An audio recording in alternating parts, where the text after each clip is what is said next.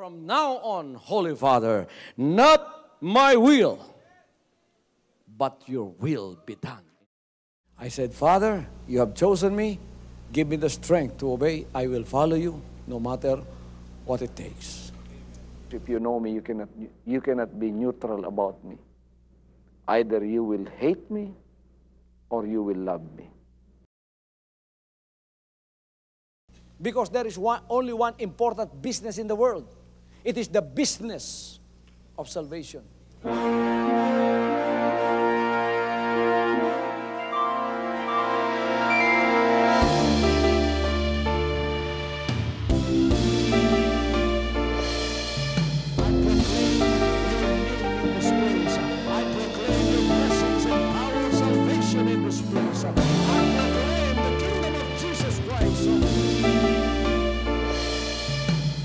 As I am concerned, and as far as the work of God is concerned, we have reached the end.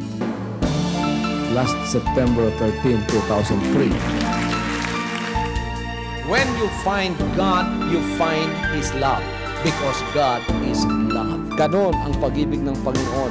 Walang katapusan na yan ay bumabalik-balik sa atin.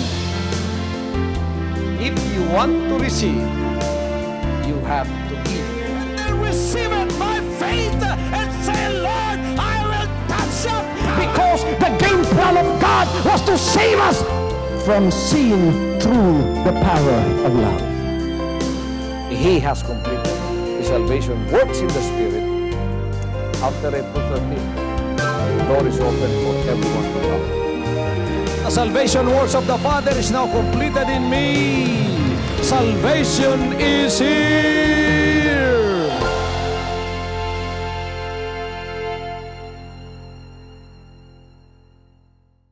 It is a very nice thing for the Lord to come and be crucified on the cross of Calvary for us who now believes in the atonement of the cross. But it was not very nice for the Lord to come and be punished for your sins and for my sins. That's why He did that. He did that because He knows you cannot pay for what our first parents have done, si Adam at saka si Eva.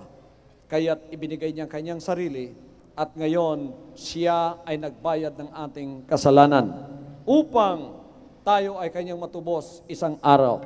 As I said, He did not say the dates of His coming, but He gave the signs of His coming.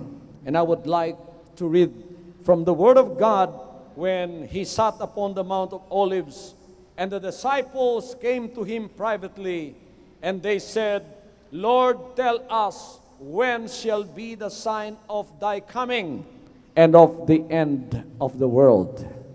Pagka pinag-uusapan, end of the world, nakakapanlaki ng mata, sapagkat ito ang katapusan ng ating nalalamang age ng ating kapanahunan. And Jesus answered and said unto them, take heed that no man deceive you. Pakinggan po natin. For many shall come in my name, saying, I am Christ, and shall deceive many. You shall hear of wars and rumors of wars. This is the first sign. See that you be not troubled. For all these things must come to pass, but the end is not yet. For nation shall rise against nation, and kingdom against kingdom.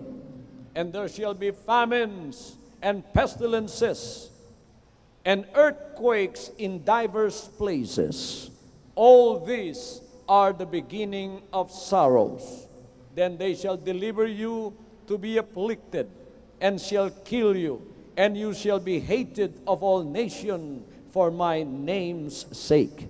And then shall many be offended, and shall betray one another, and shall hate one another.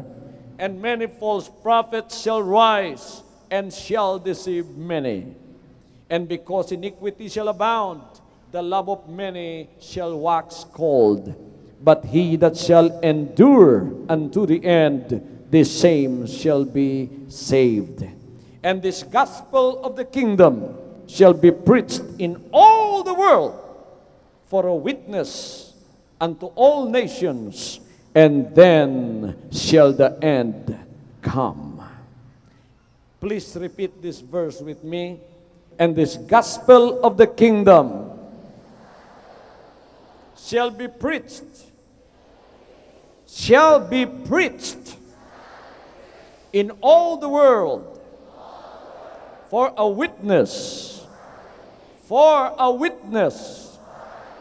unto all nations, and then shall the end come. Ulitin natin. And then shall the end come. Hinihintay ninyo ang katapusan? Ayan ang mga palatandaan. Sana yung Tagalog Bible ko, I would like to read in the vernacular para po talagang maliwanagan natin ang mga bagay na ito. Nakikinig pa ba kayo sa akin? Pansamantala, tumayo tayo sa paggalang sa mga salita ng Diyos habang binabasa ko ang mga salita sa wikang Tagalog. Sa inyo pong mga Biblia, Mateo Kapitulo 24. Mateo Kapitulo 24, magpapasimulang Kapitulo 3. At samantalang siya ay nakaupo sa bundok ng mga olibo, ay nagsilapit sa kanya ng bukod ang mga alagad na nagsisipagsabi, sabihin mo sa amin kailan mangyayari ang mga bagay na ito, at ano ang magiging tanda ng iyong pagparito at ng katapusan ng sanglibutan. At sumagot si Jesus at sinabi sa kanila, mga gingat kayo na huwag kayong mailigaw ninuman, sapagat marami ang magsisiparito sa aking pangalan na mga sasabing, ako ang Kristo, at ililigaw ang marami. Magkakarinig kayo ng mga digmaan at alingaw-ngaw ng mga digmaan. Ingatan ninyo na huwag kayong magulumihanan, sapagkat kinakailangan ito'y mangyari datapwat hindi pa ang wakas. Sapagkat magsisitindig ang mga bansa laban sa bansa at ang kaharian laban sa kaharian, at magkakagutom at lilindol sa iba't ibang dako. Datapwat ang lahat ng mga bagay na ito ay siyang pasimula ng kahirapan.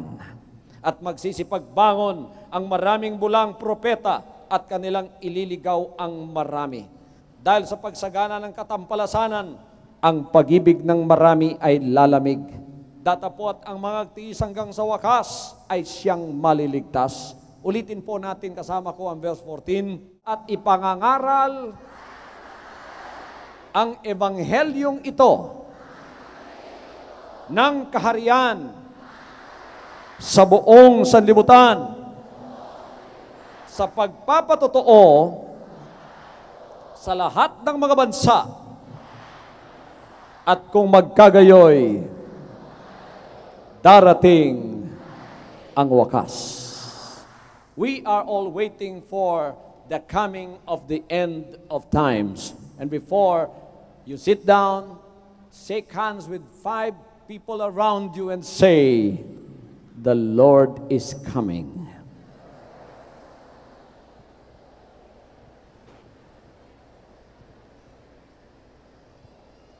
Hallelujah. You may be seated. God bless you. Woo! Victory shout. Woo! Wave offering. Smile offering. Clap offering. Habang ginagawa natin yan, 20 na ang milagrong nakapatong sa ulo ninyo ngayon. I release all the blessings for you. Pag-uwi ninyo, maraming sorpresang naghihintay sa buhay ninyo sa loob ng linggong ito. Hallelujah, hallelujah. Kayong merong mga pagsubukan ngayon, biglang-bigla ang suliranin ninyo ay magkakaroon ng kalutasan. Hallelujah. I am excited every day of my life as we are moving towards the new millennium. I am so excited because the times that the Lord has dealt with humanity that began, as I said, with the first 2,000 years, who culminated in the judgment of the flood, when the Lord looked at the iniquity of the earth and He was not pleased. But somebody who was righteous in His sight found grace in the eyes of God. His name was Noah. Tinawag niya si Noah at sinabi niya kay Noah, Noah, dumating na ang hiyaw ng buong lupa sa akin. Ako ay nakakita, according to Genesis chapter 6, the Lord looked upon the earth and saw the iniquity of the earth is too much for Him. Because if there is something that the Lord does not want to pass, it is the unrighteous deeds of people who live on the face of the earth living without the will of God in their lives. Kaya nakita ng Diyos yun. Sinabi niya kay Noah, tatawagin kita, sapagkat sa lahat ng pamilya sa lupa, ikaw ang nakita ko na dapat aking pagkatiwalaan sa aking gagawin. Noah, I have given the people on the face of the earth 120 years. I will reveal to you the secret of what I am going to do. I am going to reveal to you exactly what you have to do to be saved before this judgment would come.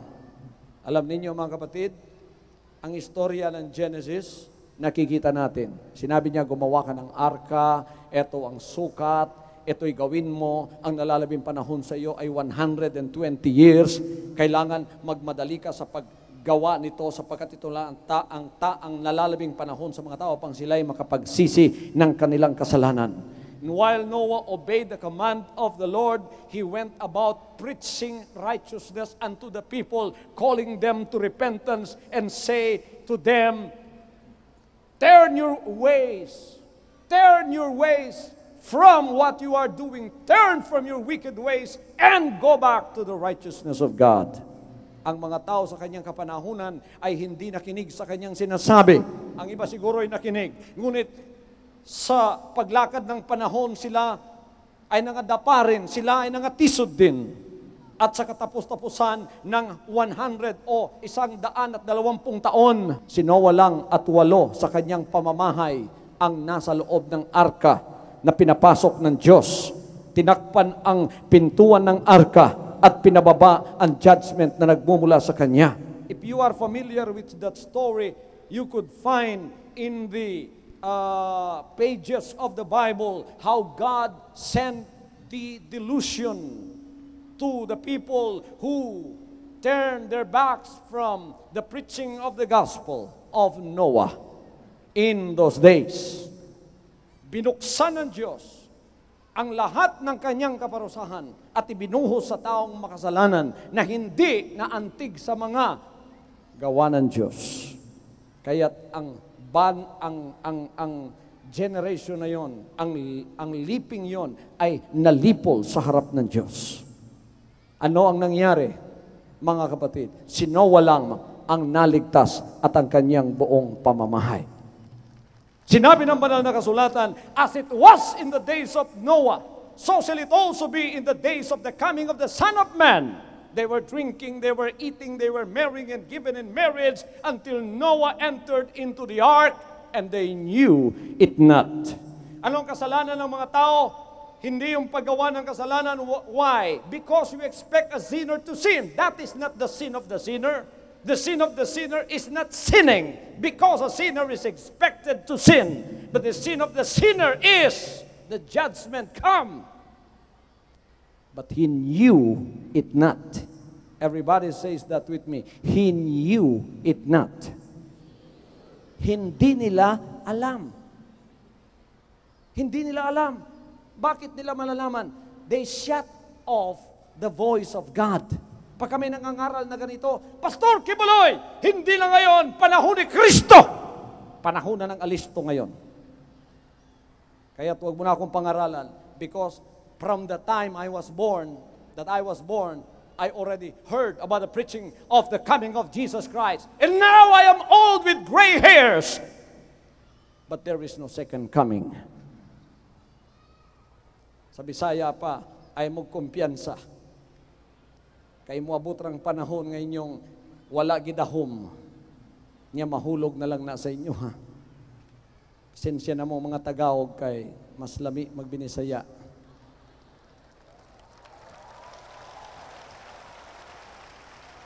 Itong pangangaral na ito ay hindi lamang ngayon nananatiling pangangaral dito sa Pilipinas. Ito po ay pangangaral din para sa bansang Amerika. Kayo sa Los Angeles, sa Long Beach, sa San Diego, sa lahat ng nanabot, sa Carson City, at sa lahat ng nanabot ng tinig ng mga ngaral na ito, eto na ang panahon na tayo ay magsilapit na muli sa Diyos at sabihin, Panginoon, ibinibigay ko po ang aking buhay sapagat alam kong kung wala ka sa akin, wala akong magagawa sa aking sarili. Hallelujah, hallelujah. The Lord is not through with that generation. He always had a people in its generation. But as the new covenant is still coming, because they are still under the power of the old covenant cannot perfect a man because it is an imperfect covenant.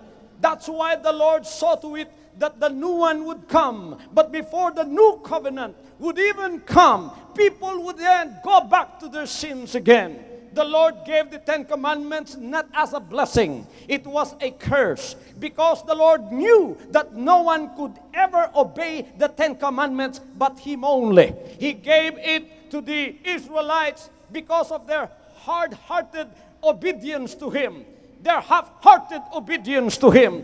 The Lord was mad and angry at that generation until He made a promise when He said, no one will be able to come into my rest because I am angry with this generation. Kaya't binigay ang Ten Commandments. Iyon ay hindi pagpapala. Iyon ay sumpa sapagkat alam niyang walang makakapasok. But because God already made a promise that they would not come into His rest, and He has to fulfill that promise, so He gave them a legal impediment. It is a legality that they cannot go over. So legal ang kanilang hindi pagpasok sapagkat walang makakatupad sa Ten Commandments. Huwag po kayong maniwala pagka nagsabing, natupad ko ang Ten Commandments. Nobody has ever obeyed the Ten Commandments. It is only God who robed Himself in the flesh, and His name is Jesus Christ, who came and obeyed it for us. Jesus Christ was the one who obeyed the Ten Commandments for us. Siya ang sumunod sa 10 utos para sa atin. Kahit ipinako siya sa krus, binayaran niya ang ating kasalanan. Paglapit mo sa Kanya, 2 utos na lang ang pinatutupad sa iyo. Love God with all your heart, with all your mind, with all your strength, with all your spirit, with all your soul. And love your neighbor as yourself. Yan na lang ang 2 utos na dapat sundin ng tao. Kaya't nang siya'y dumating, siyang sumunod sa lahat ng yan. Now if you want to be saved, all you have to do is have faith in what the Lord has done on the cross, in that atoning blood of Jesus Christ that was poured out on Calvary. Have faith in what He has done. When you come to Him, surrendering your life and say, Lord, I cannot save myself. It is You who is my Savior. I give You my life. I open my heart. I receive You and accept You as my personal Savior, and I receive You as my King. Yan ang kaligtasan na papasukin mo ang Kanyang kaharian. Si Noah ay nangaral hanggang sa kanyang pangangaral. Natapos ang 120 years. Nilipo lang lahat ng tao, 8 lamang ang naligtas. Ngayon sa panahon naman ng Sodoma at Gomora, nang ang mga tao lumaganap na naman, nakita na naman ng Diyos ang kabulastugan ng mga tao sa sanlibutan. You know, the Bible tells us in one of the signs of the second coming, Jesus answered and said unto them, take heed that no man deceive you. Deception is the number one weapon of the devil in order for him to destroy your soul. The weapon that the Lord brought to us is the truth of the Word of God. The devil's weapon is deception. Everybody says deception. Panlilin lang. Sa huling araw, panlilin lang ang gagawin niya. Huwag kayong magpalinlang. Ang demonyo ay manlilin lang. Ang lahat ay magsabi, ang demonyo ay manlilin lang. Ang babae gagawing lalaki. Ang lalaki gagawing babae. Meron bang mga babae dito nagiging lalaki? Nalinlang kayo. Merong lalaking naging babae? Nalinlang din kayo. Pero pastor, inborn ko po yan. Mga kapatid, there is power in the blood. You can be delivered. Is that right, pastor? Yes, it's right. The Lord did not create you to destroy you. Do you know that if you have been deceived like that, you will not go into the kingdom of God? It's not my word, it's the word of the Bible. I am preaching this because I love you. Hallelujah. When the Lord created a man, created humans, He created Adam and Eve. Not Adam and Steve. Marami na bang na-deliver sa ministry ito? Napakarami na. Bakit? Makapangyarihan ng Diyos. Kahit ang tubig, maari niyang gawing alak. He even turned the water into wine. Is it too hard for Him to turn a man into a real man? And a real woman into a real woman? Hindi po mahirap sa Diyos yan. Marami dito ang na-deliver. Pinaalis ng Diyos ang masamang espiritu sa kanilang buhay at sila ay pinag-isa. Hindi rin po tamang yon ay inborn. Sapagkat sinabi ng banal na kasulatan, when He created you, He also created the lower creation, which are the animals. Walang baklang kabayo, walang baklang kalabaw, walang baklang baboy. Meron ba? Wala. Kung meron, dalhin nyo sa akin, sapagkat ilalagay natin sa museum yan. Sinasabi ko ito sapagkat ang demonyo ay mapanlinlang. Salamat sa Diyos, pagka kayo'y lumapit sa Kanya, ang panlilinlang na yan ay aalisin ng Diyos, babaguhin niya ang buhay nyo at magkakaroon kayo ng isang bagong buhay. Hallelujah! The Lord, when He gave the apostles the signs of the second coming, He did not mean for them to be left in the dark. The Lord almost gave them the day and the time. But if you read very carefully in these verses that I have just read to you, it is like reading a newspaper. It's like listening to the radio and viewing your TV, that the Lord has made it so plain that you cannot be confused and deceived that these really are the last days. Wars and rumors of wars, famines and pestilences, nations shall rise against nations, and kingdom against kingdoms, tribe against tribe. Mga tribo maglalaban-laban sa tribo, may mga digmaan at alingaw-ngaw ng digmaan, may mga lindol doon, may mga lindol dito, may mga kagutom doon, may mga kagutom dito. Ito ang pahayagan ng Diyos na nagsasabing, ako ay malapit nang dumating upang tapusin ang paghahari ni Satanas sa sanlibutan ito.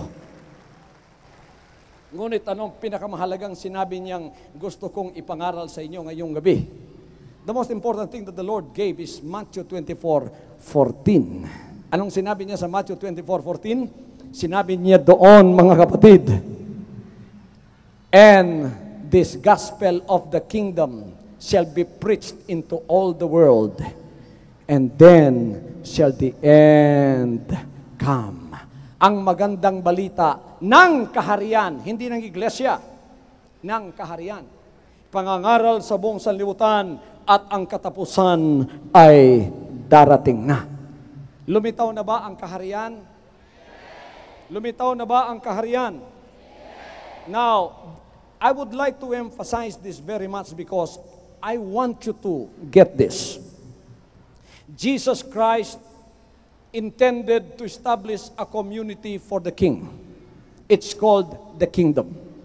The passage that mostly clearly links the church and the kingdom is Matthew 16:18-19, when he said, "Thou art Peter, and upon this rock I will build my church, and the gates of hell shall not prevail against it." When we say the church, I would like to disabuse your mind. When I say the church, people always refer to building. People always refer to cathedrals that are made of marbles and stones and hollow blocks and materials that can be destroyed. No, that's not the church. The church is you. Ikaw na nakaupo dyan. Colossians 1:18. The Bible tells us that He is the head of the church, which is the body. You are the body. He is the head. We are one, bound together. This is the church. Ang iglesia ay hindi building. Ang iglesia ay tao. Para maligtas ang iglesia, kailangan ang iglesia na walang iba kundi ang tao pumasok sa paghahari ni Jesus Christ. Hallelujah. Itong pinangangaral ko sa huling araw na ito bilang revelation sa inyo. Again, we want to look at this important text in order to understand more clearly the relationship of the community of God's people to the rule of God's kingdom. Kanino bang iglesia ito? Whose church is it? Who builds the church? What cannot stand against the church? Who is given the keys of the kingdom? What is the connection between the building of the church and the use of the keys of the kingdom? You know, the kingdom is the dynamic rule or reign of God. The church is the community of the kingdom. But the kingdom is never identified as the church. The kingdom is God's rule. Everybody says that with me. The kingdom is God's rule. The church is God's people. The kingdom is God's rule. Pumasok na ba kayo sa paghahari ng Panginoon? Kayo nga ang tunay na iglesia ang nakapasok na ipinanganak sa Espiritu. The kingdom of God is a theocratic because it was God who made all the spiritual laws to be followed by His people. The kingdom of God, therefore, is not democratic spiritually. Democracy means the voice of the people is the voice of God. Why is it so? Because in democracy, by representation, it is the people who makes the laws. It is clear that Jesus Christ's understanding of the kingdom, He announced, was not the same as the popular conception. Dito ang mga batas tapos na. Sundin na lang natin. Sa democracy, ang tao ang siyang nagre-represent sapagkat siya inelect upang gumawa ng mga batas. Pero dito sa paghahari ng Diyos, tapos na ang kanyang mga batas. Susundin ba natin ang kanyang mga batas? Ano isa sa kanyang mga batas? Love God with all your heart, with all your mind, with all your soul, with all your strength, and love your neighbor as yourself. When you have obeyed that, you have obeyed the 10 Commandments. Kaya kalugod-lugod ka na sa harap ng ating Panginoon. Pagka nangyari na sa buhay mo yan, wala nang paghahari ni Satanas sa iyong buhay. Meron ka ng kapangyarihan, meron ka ng pananampalataya. Hallelujah. His kingdom had more to do with authority than territory. It had more to do with power than real estate. It had more to do with spiritual than political liberation. Jesus Christ said, "You shall know the truth, and the truth shall set you free." Malalaman ninyong katotohanan at ang katotohanan ang siyang magliligtas sa inyo. Handa ba kayong sabihin ko ang katotohanan? Lahat ng handa, itaas ang kanang kamay. Hindi kayo maliligtas ng relihiyon. Hindi kayo maliligtas ng denominasyon. Matutulungan lang kayong makakilala sa Diyos, pero hindi ang relihiyon at denominasyon ang tagapagligtas. Ang tagapagligtas ay si Jesus Christ na siyang nagbigay ng kanyang batas dito sa lupa para sa atin. Hallelujah! Democracy is valuable for our physical and organizational protection, but it should not be confused with our spiritual salvation. Democracy should not encroach in the spiritual realm where God reigns. Kaya sa pagsusunod natin sa Kanya, hindi tao ang dapat sundin, kundi ang Diyos sa pamamagitan ng Kanyang salita. Ito ang konstitusyon ng Diyos. Ito ang batas ng Diyos. Pagka sinabi mong gusto kong bumalik sa Diyos, gusto mong bumalik sa pagsusunod sa mga batas na yan. Pagka nasunod mo ang mga batas na yan, bibigyan ka ng isang bagong espiritu according to Ezekiel 36:27. And I will write my laws into their heart, into their mind, and into their spirit. In order for God to be able to do that, He has to give you a new spirit, a new heart, and a new mind. Kahit ang pagpasok sa kanyang kaharian, tinatawag na regeneration, pagbabagong muli. Pagka nakapasok ka sa paghahari ng Diyos, naririyan na lahat ang kapangyarihan upang ikaw ay maging anak niya. Pagka anak ka ng Diyos, hindi ka na dapat humingi at magpalimos sa Kanya. Ibibigay niya ang pangangailangan mo. Sino rito ang may mga anak sa bahay? May anak kayo sa bahay nyo. Yung bang anak nyo nagpapalimos sa inyo para bigyan ninyo ng pagkain bawat umaga? Yan ba'y nagpapalimos para bigyan nyo ng damit? No. Hindi. Bakit maraming Kristiyano ngayon ang hindi pinagpapala dahil wala silang relasyon sa Diyos? Sapagkat hindi pa sila pumasok sa paghahari ng ating Panginoon.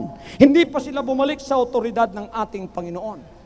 Bago pa dumating siya, ang magandang balita ng kahariang ito dapat maipangaral na ang mga tao hikayatin at sabihing bumalik na tayo sa paghahari ng ating Panginoon dahil malapit na ang kapanahunan. At ang hinihintay nating mangyayari ngayon ay ang sinabi niya, the signs. You must remember the signs. You've been asking for the signs of the end of the world. Jesus Christ has given us this. Kaya't mga anak ng Diyos, imulat natin ang mga mata natin. Huwag tayong magtutulog-tulugan, huwag tayong magpapatumpik-tumpik, at imulat natin. Hindi tayo dapat maakusahan tulad sa panahon ni Noah until they entered into the ark and they knew it not. Alam natin ang pangyayari ngayon. Sino lamang ang makakapasok sa arka na walang iba kundi ang kaharian ng Diyos? Ang pumasok sa kanyang paghahari, ang may bagong espiritu at nagsabing mula ngayon, not my will but thine be done, O Lord. Our Father, which art in heaven, hallowed be thy name. Thy kingdom come. How do you know that the kingdom has come? Thy will be done on earth as it is done in heaven. That means what is exactly being followed in heaven, it will not stay in heaven only. It will also be done where we are.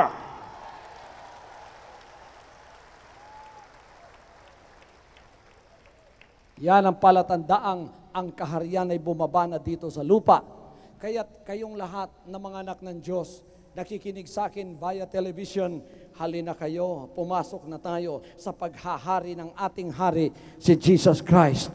Itanghal natin siya bilang ating hari, sapagkat malapit na siya'y dumating upang maghari sa buong sanlibutan. Mapalad ang sangayoy nakapasok na sa arka, sapagkat silang lahat ay makakaligtas sa napakalaking kapagsubukan. Why am I preaching this? That the salvation that we have today, as God has given it to us, is like also in the salvation of Noah's days when they entered into the ark. This is not a physical ark, it is a spiritual ark. It is the kingdom of the Lord. He said, except a man be born of water and of the Spirit, he cannot enter into the kingdom of God. In order for Noah's days to be saved, you have to enter physically into the ark. In order for you to be saved in the last days, you have to enter spiritually into your ark. You can only enter there if you have a born-again spirit, a spirit that God has given to you by His power, the power of the Holy Spirit. Yan lamang ang parang makakapasok ka. Pagka nakapasok ka, ligtas ka sa tribulation ng sanlibutan ito. What will happen after Jesus Christ should have come and you are left behind?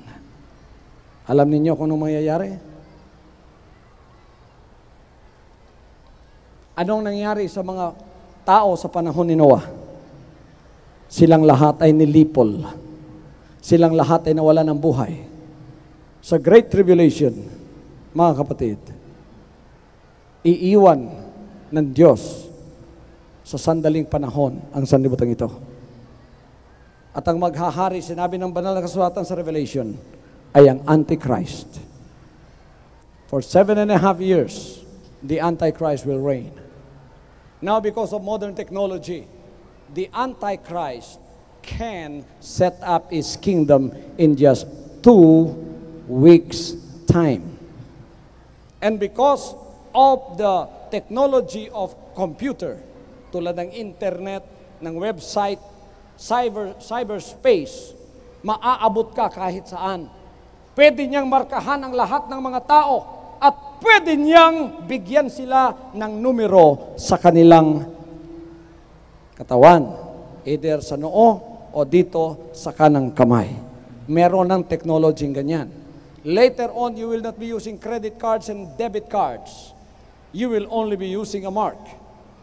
The Bible clearly tells us, and scholars of the Bible have a hard time interpreting this 50 years ago because they do not understand when this modern technology is not yet developed. Hindi na maunawaan itong sinasabi ng Word of God dito. Pero ngayon, very clear na nauunawaan. You can be marked invisibly, cannot be seen by the human eye because it is through laser. But your number can be marked on the one part of your visible body. You can go into supermarkets and malls without money. Gumagawa na ngayon ang ibang estado ng sanlibutan ng tinatawag na moneyless society. Napapasok ka sa department store, walang pera. Ito lang dito ang marka ko. Ipakita mo sa laser. Yan ay magre-register na sa computer. And then when you are working, yung pera mo, ang bangko na ang kumukuha. There is no money exchanging between hands at all. Tapos kung ikaw ay mamamalengke, pupunta ng department store, wala ng credit card, wala ng pera, number na lang ipakikita mo. Anong sinabi ng banal na kasulatan, Revelation 13 and 14? He that is without the mark of the beast cannot buy and cannot sell sa huling araw. At yan ay mangyayari pagka na-develop na at pangbuong sanlibutan na. Mayroon nang ginaganap ngayon na computer technology na tinatawag na one world. Gumagawa ng isang one world currency. Binubuo na ang tinatawag na one world government, one world police system. Because this world is so chaotic, people of this world that are so intellectual are devising ways and means to unify the world into one. At yan ang paghaharian, sinabi ng banal na kasulatan, ng Antikristo. But before the Antichrist will be revealed in the last days, who is called the abominations of abominations, the believers of Jesus Christ who have entered into the kingdom will be raptured alive. Hallelujah! They will be transferred from the kingdom of darkness into the kingdom of light. And when you are transferred into the kingdom, that's the most marvelous thing that can happen to you. Because in the kingdom, there is peace and glory. There is everything that you need. And you will be with Him face to face. He will wipe away all tears from your eyes. Agony will be not known in that city. And in that city, when the Lord brings you there, the Bible tells us it is made of pure gold. This is not just the figment of somebody's colorful imagination. This is real. The rapture is a physical transference, not only of your body, but of your spirit to the rule and kingdom of His dear Son. And these are the last days. I believe and I hope that I am the modern Noah, preaching to these days when everybody's compromising, when everybody's preaching for money, when everybody's preaching a watered-down gospel, a social gospel that everybody can accept. This preacher is preaching the truth of the righteousness of God, whether you take it or leave it, accept it, or negate it. You are the master of your own destiny. You are a free moral agent. You can either neglect it, receive it, reject it. It's in your hands. Tulad sa panahon ni Noah. Pero mga kapatid, darating na ang hari ng mga hari. Ang Panginoon ng Panginoon. Ang Ama ay maghahari sa pamamagitan ng kanyang anak dito sa sanlibutan ito, at ang lahat ng kasamaan ay kanyang lilipulin. Many people are saying that the United States form of government is the best in the world. Hindi pa nyo nakita ang kaharian ng Diyos kung ang ating Panginoon ay siya nang maghahari. Alam niyo pa kasi naghari sa atin sa physical na paghahari sa sanlibutan ito, because He will come and reign for 1,000 years. 6,000 years will have been over. Then 1,000 years, which is the year of rest, completes the days of the weeks of God, which are 7 days. 1 year is 1,000 years. Pag dumating na yon, maghahari siya sa sanlibutan ito ng 1,000 taon. He will introduce to us a perfect health system. Sa lahat ng sinasakupan niya, walang may mga sakit. Walang may sakit. Lahat ng karamdaman aalisin. And He will go beyond that. Pati ang kamatayan ay kanyang aalisin. In the rule of Jesus Christ for 1,000 years in His kingdom, if you are 500 years old, you are still a teenager. 100 years old, you are still a baby. Ibabalik niya ang kapanahunan na ang tao ay hindi mamamatay. Makikisama sa kanya sa buhay na walang hanggan. Walang karukhan. It will be a perfect financial system where nobody is poor. Everybody is well provided for because it is the rule of God. Sino magpapasakop sa paghahari ng ating Panginoon? Lahat ay titira sa bahay na Siya ang may akda at Siya ang may gawa. Wala lang akong time sa panahong ito upang basahin ko lahat sa Revelation ang sinasabi ko. Pero isang araw mag-aaral tayo kung kayo ay may time at akin pong ipangangaral to. Makikita nyo kung gaano kabuti ng Diyos na aking ipinangangaral na ito. Ito ang Diyos na nagpakamatay sa krus ng Kalbaryo, na nagkatawang tao upang tubusin ka at dalhin ka sa lugar na yan. You know, in the time of Abraham, Abraham was called of God. He did not stagger in his faith when the Lord told him to follow me, Abraham. And then he did not even show him that city, because he said, I will give you a city not made with man's hands, but it is made with God's hands. Abraham followed the Lord all his life living in tents, in deserts, wherever the Lord leads him. And he died without even seeing that city, but he did not stagger in his faith.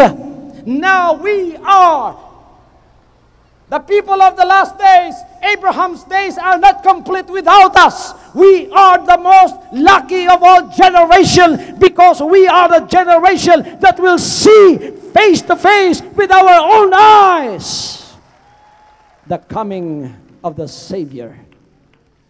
At ang siyudad na ito ay tapos na, mga kapatid. Sinong gustong pumasok doon? Sinong gustong pumasok doon?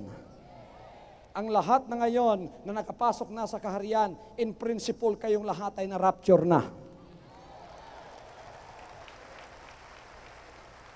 Kung kayo ay nasa denominasyon at relihiyon pa, nasa labas pa kayo. Pagka kayo ay nakapasok na sa kaharian, sa ministry ng kaharian, in principle na ilipat na kayo. Na-rapture na kayo. Binigyan na kayo ng bagong espiritu. Kung bago ng espiritu ninyo, hindi magtatagal. Magbabago na rin ang katawan nyo.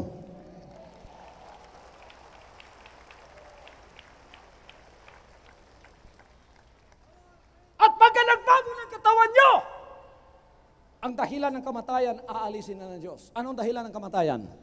Sakit. Sinong may mga arthritis dito? Tumayo. Tumayo yung may arthritis na gustong gumaling. Gusto kayong gumaling? Tumakbo kayo. Sino may pananampalatayang magaling na siya sa kanyang mga arthritis? Ang mga gumaling, itaas ang kamay. Those that have been healed by the power of God tonight in many, many ways, raise your hands and wave it. Hallelujah! Hallelujah! Makapangyarihang Ama, narito po ang inyong anak, inyong ipinadala upang ang inyong bayan ay pagpalain. Narito po ang mga anak ninyo, mga covenant partners at covenant members. Bawat isa sa kanila may pangangailangan.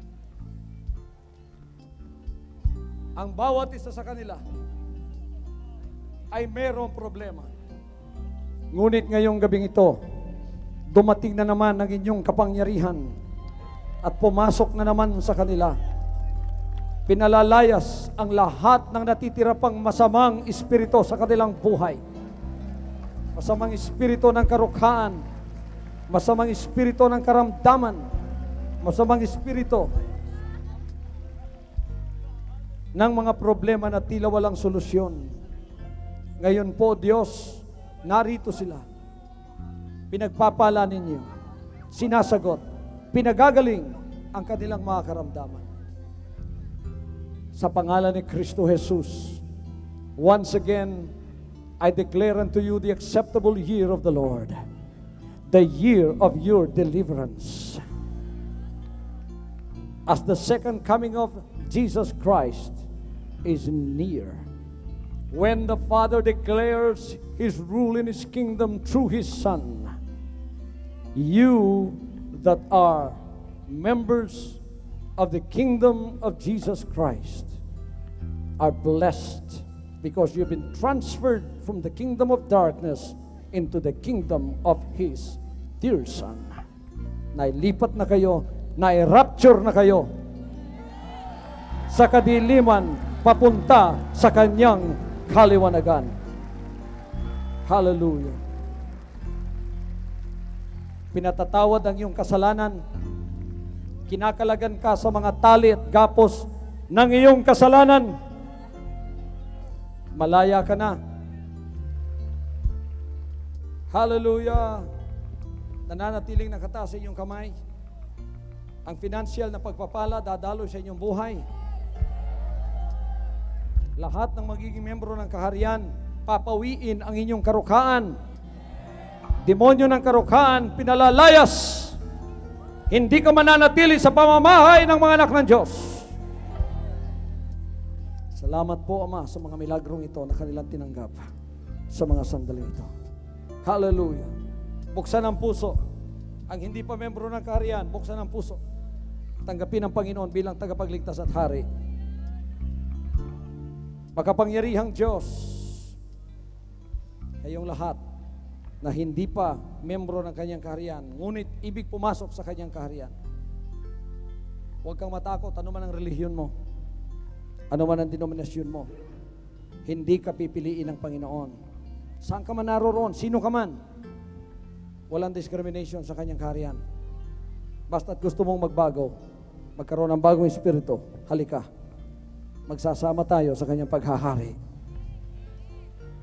Buksan mo ang puso mo at ang pangakong ito gawin mo. Lakasan mo ang boses mo kasama ko. Makapangyarihang Diyos, tinatanggap kita, hindi lang tagapagligtas, kundi hari ng aking buhay. Bilang hari ng aking buhay, ako'y nangangako na mula ngayon, hindi ng sarili kong kalooban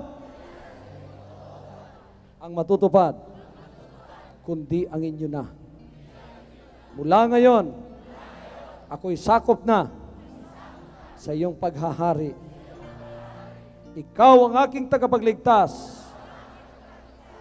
hari ng mga hari, Panginoon ng mga Panginoon. Susundin ko ang iyong mga utos, ang iyong mga salita mula ngayon. In Jesus' name. In Jesus' name. Mula ngayon, ang mga pagpapala ng Deuteronomy 28, 1-14 ay magaganap na sa aking buhay. Magiging mapalad ako dito sa syudad, sa parang, saan man ako pumunta, ano man ang hipuin ng aking kamay, lalago, pagpapalain, ang aking buslo, ang aking trabaho, ang aking bangko, ang pinagkikitaan ko, ito'y lalago. Dadagdagan, lalo ng Diyos, ang aking pagpapala. Isa lang ang bahay ko ngayon, magiging dalawa. Isa lang ang sasakyan ko ngayon, magiging dalawa. 4 ang sasakyan ko ngayon, magiging 8. Ang aking pera, daragdagan, sapagkat ang pagpapala ay susunod sa akin. Kung may mga masamang espiritu ng karamdaman na lalapit, ang mga anghel ng kagalingan darating din naman at palalayasin ang mga karamdamang ito na dala ng masamang espiritu. Mula ngayon, mula ngayon, mula ngayon, ako ay pinagpala na, pinagpala na, pinagpala na ng Panginoon Diyos. In Jesus' name. In Jesus' name. In Jesus' name. In Jesus' name. Amen. Isang malakas na clap offering. From now on, Holy Father, not my will, but your will be done. I said, Father, you have chosen me. Give me the strength to obey. I will follow you no matter what it takes. If you know me, you cannot be neutral about me. Either you will hate me or you will love me. Because there is only one important business in the world. It is the business of salvation.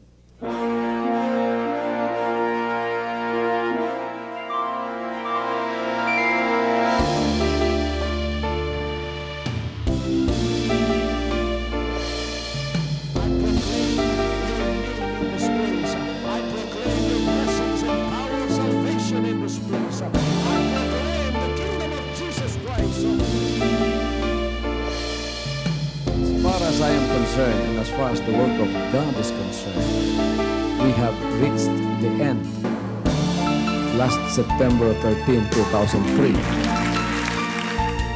When you find God, you find His love.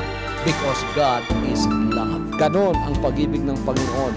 Walang katapusan na yan ay bumabalik-balik sa atin. If you want to receive, you have to give. And receive it by faith and say, Lord, I will touch your power. Because the game plan of God was to save us from sin through the power of love. He has completed. His salvation works in the Spirit.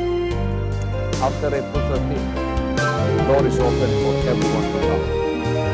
The salvation works of the Father is now completed in me. Salvation is here.